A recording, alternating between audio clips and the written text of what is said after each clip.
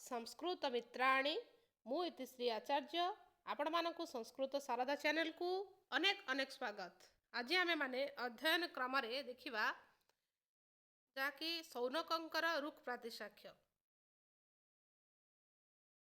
जो रुक् प्रातिशाख्य रही ताहा आमर जो सिलेबस रे यूजीसी नेट सिलेबस रे समाविष्ट पूरा वीडियो रे अर्थात आजिर वीडियो रे आपण माने सब किछि जानि परिबे। मोर यह ही प्रयास रहिबो।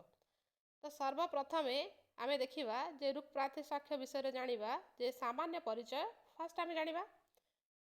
तो जो रही आमर रुक् प्रातिशाख्य रे अष्टौ समानाक्षरान्यादिताः एही भली भाबरे रही। तो आमे प्रथमे देखिबा तार सामान्य परिचय। परवर्ती समय रे आमे देखिबा जे रुक् प्रातिशाख्य रे कोन रही जो अष्टौ समानाक्षरान्यादिताः आदि विषय को जिबा। तो सर्वप्रथम आमे सामान्य परिचय को देखिबा। तो सामान्य परिचय रे देखिबा जे प्रातिशाख्य जहाँकि आपण माने जानते जे प्रातिशाख्य कोन ना प्रातिशाख्यर समाधान होछि जे शिक्षा वेदांगर अंतर्गत जो आमर आपण माने जानते जे षड वेदांग रही शिक्षा कल्प आदि रही शिक्षा कल्प व्याकरण तो ज्योतिष आदि विषय रोचे षड वेदांग से शिक्षा एक वेदांग। तो रुक् प्रातिशाख्य एक प्रकार शिक्षा।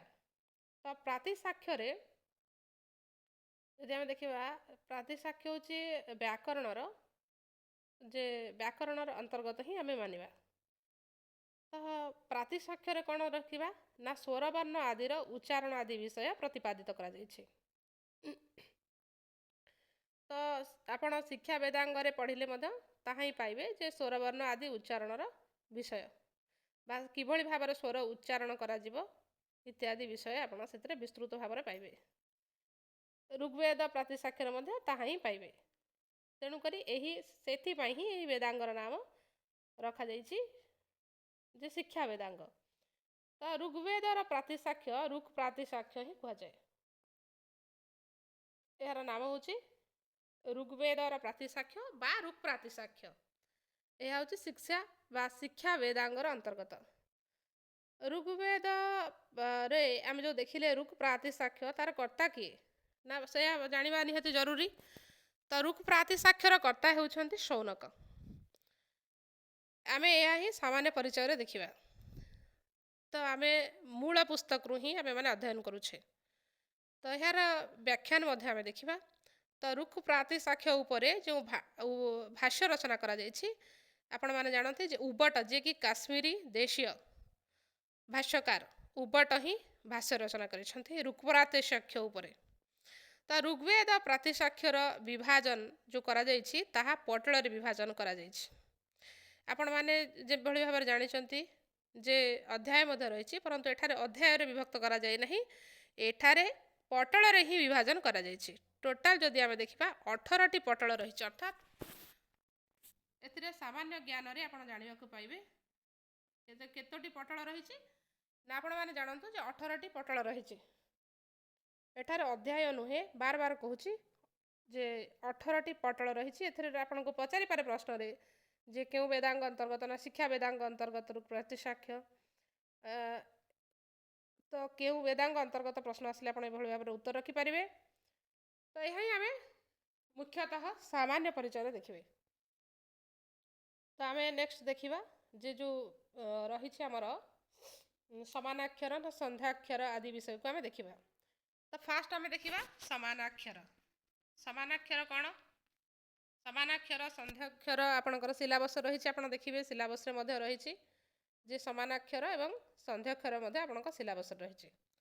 तेणु करी समानाक्षर कौन ना एठारे आपण कहूछि अष्टौ समानाक्षरान्यादितः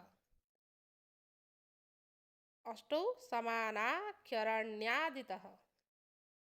तो आदितः आमे जदि अन्वय देखिबा आदितः अष्टौ अर्थात आरंभ रु 8 वर्ण समानाक्षराणि। तो आपण माने बुझिले जे आरंभ रु ही 8 टी अक्षर समानाक्षर।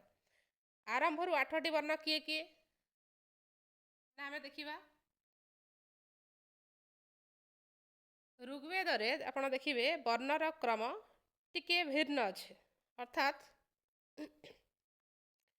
ଆରମ୍ଭରୁ ହିଁ ସମାନାକ୍ଷର ରହିଛି। ତ 8 ବର୍ଣ୍ଣ କ'ଣ କ'ଣ ଆପଣଙ୍କୁ ଅନେକ ବାର ପ୍ରଶ୍ନ ଆସିଛି। ତେଣୁକରି ସାମାନ୍ୟରେ ଆମେ ଯଦି ପରିଚୟ ଦେଖିବା ତ ଆପଣ ଦେଖିବେ ଯେ ସାମାନ୍ୟ ବ୍ୟାକରଣରେ ତାର କ୍ରମ ଅଲଗା, କିନ୍ତୁ ଏଠାରେ ଆପଣ ଦେଖିବେ ଯେ ଏଠାରେ ମଧ୍ୟ କ୍ରମ ଅଲଗା। ଅ ପରେ ଆପଣ ଆ ପାଇବେ, ଆ ପରେ ଇ ପାଇବେ ନାହିଁ। ଏଠି ଯେମିତି ଆ ପରେ ଆସିବ ହର୍ଷ ଇକାର, ଦେନ୍ ଆସିବ ଦୀର୍ଘ ଇକାର, ଦେନ୍ ଆସିବ ଉକାର, ଦେନ୍ ଆସିବ ଦୀର୍ଘ ଉକାର, ଦେନ୍ ରୁ ଏବଂ ରୁ। ପରନ୍ତୁ ରୁକ୍ ପ୍ରାତିଶାଖ୍ୟ ଅନୁସାରେ ଆମେ ଯଦି ଦେଖିବା କ୍ରମ ଏଭଳି ଭାବରେ ରହିବ। ଆ ରୁ ଯେଭଳି ରହିଛି କ୍ରମ ଆପଣ ମନେ ରଖିବା ଜରୁରୀ। ଏହାର ପରବର୍ତ୍ତୀ ସୂତ୍ର ଯଦି ଆମେ ଦେଖିବା ତତଃ ଚତ୍ୱାରି, ତତଃ ଅର୍ଥାତ୍ ତାପରେ, କାହାପରେ ନା ଏହାର ପରବର୍ତ୍ତୀ ଯେଉଁ 4ଟି ବର୍ଣ୍ଣ ରହିଲା ତାହା ହେଉଛି ସନ୍ଧ୍ୟାକ୍ଷର। ତ ସନ୍ଧ୍ୟାକ୍ଷର କିଏ କିଏ ନା ଆପଣଙ୍କର ଯେଉଁ ସିଲାବସ୍ରେ ଦେଖିବେ ପ୍ରଥମ ବିନ୍ଦୁ ରହିଛି ସମାନାକ୍ଷର। 8ଟି ସମାନାକ୍ଷର କ'ଣ କ'ଣ ଆପଣଙ୍କୁ ପ୍ରଶ୍ନ ଆସିଲେ ଆପଣ ବର୍ତ୍ତମାନ କରିପାରିବେ ଯେ 8ଟି ଆମର ସମାନାକ୍ଷର। 8 କ'ଣ କ'ଣ ଆପଣଙ୍କୁ କ୍ରମ ଅନୁସାରେ ମନେ ରଖିବାର ଆବଶ୍ୟକତା ରହିଛି। ବହୁତ ହି ଧ୍ୟାନ ରଖିବେ କ୍ରମ, ଯେ କ୍ରମ ଅନେକ ବାର ପ୍ରଶ୍ନ ଆସେ, ବାର ବାର କହୁଛି। ତ ଯଦି ଆପଣ କ୍ରମ ଭୁଲିଯିବେ ତାହେଲେ ଗଡ଼ବଡ଼ ହେଇଯିବ। ଆ ପରେ ଆପଣ ହର୍ଷ ଇକାର ଏବଂ ଦୀର୍ଘ ଇକାରକୁ ଆଣିବେ ନାହିଁ। ତ ନେକ୍ସଟ ହେଉଛି ତତଃ ଚତ୍ୱାରି ସନ୍ଧ୍ୟାକ୍ଷରାଣି। ଏହାର ପରବର୍ତ୍ତୀ ଯେଉଁ 4 ଅକ୍ଷର ରହିଲା ତାହା ହେଉଛି ସନ୍ଧ୍ୟାକ୍ଷର। ସନ୍ଧ୍ୟାକ୍ଷର କ'ଣ ଆମେ ବୁଝିବା। ତ ସନ୍ଧ୍ୟାକ୍ଷର କ'ଣ? ସନ୍ଧ୍ୟାକ୍ଷର ହେଉଛି ଏହା ଯେ 2ଟି ବର୍ଣ୍ଣର ସନ୍ଧିରେ ଯେଉଁ ଆସେ ତାହା ହେଉଛି ଆମର ଅ ଏବଂ ଇ ମିଶିଲେ ହିଁ ଏ ହେବ, ଆମର ହେବ ଇ ହେବ। ତ ଏଠାରେ ଆପଣ ଦେଖିବେ ଏ ଯେଉଁ 4ଟି ବର୍ଣ୍ଣ ରହିଛି ତାକୁ ସନ୍ଧ୍ୟାକ୍ଷର କୁହାଯାଇଛି, କାରଣ ଅ ଇ ମିଶିଲେ ହିଁ ଏ ହେବ। ଏଇଭଳି ଭାବରେ ଆପଣଙ୍କୁ ପ୍ରଥମେ ଆପଣ ସମାନାକ୍ଷର କ୍ରମ ମନେ ରଖିବେ। ଆ ପରେ ରୁ ଏବଂ ଇ ଏବଂ ଉ। ଏହିଭଳି ଭାବରେ ଆପଣଙ୍କୁ ସମାନାକ୍ଷର ମନେ ରଖିବା ପାଇଁ ପଡ଼ିବ। ପ୍ରଥମେ ଆ ପରେ ରୁ ଆଣିବାକୁ ପଡ଼ିବ ସେଠାରେ। ଦେନ୍ ଆମେ ଯଦି ଦେଖିବା ତ 4 ହେଉଛି ସନ୍ଧ୍ୟାକ୍ଷର। କ'ଣ କ'ଣ? ଏ, ଓ, ଐ, ଔ। ଏହା ହିଁ ହେଉଛି ଆମର ଋଗ୍ବେଦ ପ୍ରାତିଶାଖ୍ୟର। ଏହା ହିଁ ବିଶେଷ ଭାବରେ ଆପଣଙ୍କୁ ଦେଖିବାକୁ ପଡ଼ିବ। ଦେନ୍ ଆମେ ଦେଖିବା ନେକ୍ସଟ ଅଘୋଷ।